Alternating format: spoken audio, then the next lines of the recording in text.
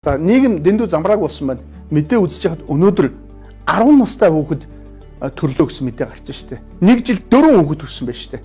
Өмнө нь бид нэр 12-тай 13-тай хүүхэд төрлөө гэж сонсоод гайхаж ярьжсэн. Гэтэл өнөөдөр 10 настай хүүхэд одоо төрж байна штэ.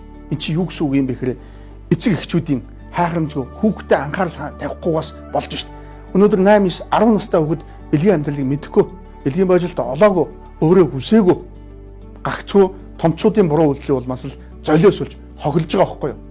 Хавслагийг уншаад үзэхэд өнөөдөр бага насны хүүхэдтэй насан туршаагүй хүнтэй бэлгийн харилцаанд оршин асуудал маш ихээр гарч байна.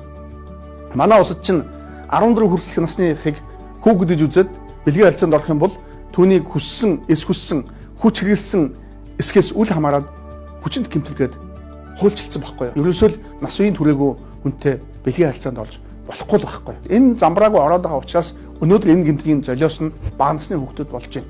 Хэрэгтнүүдийн мэдүүлгийг уншаад үзэхээр өөрөө хүссэн, эсвэл насан туршаагүй хүүхдийг би мэдээгүй, эсвэл өөрөө дуртай байсан.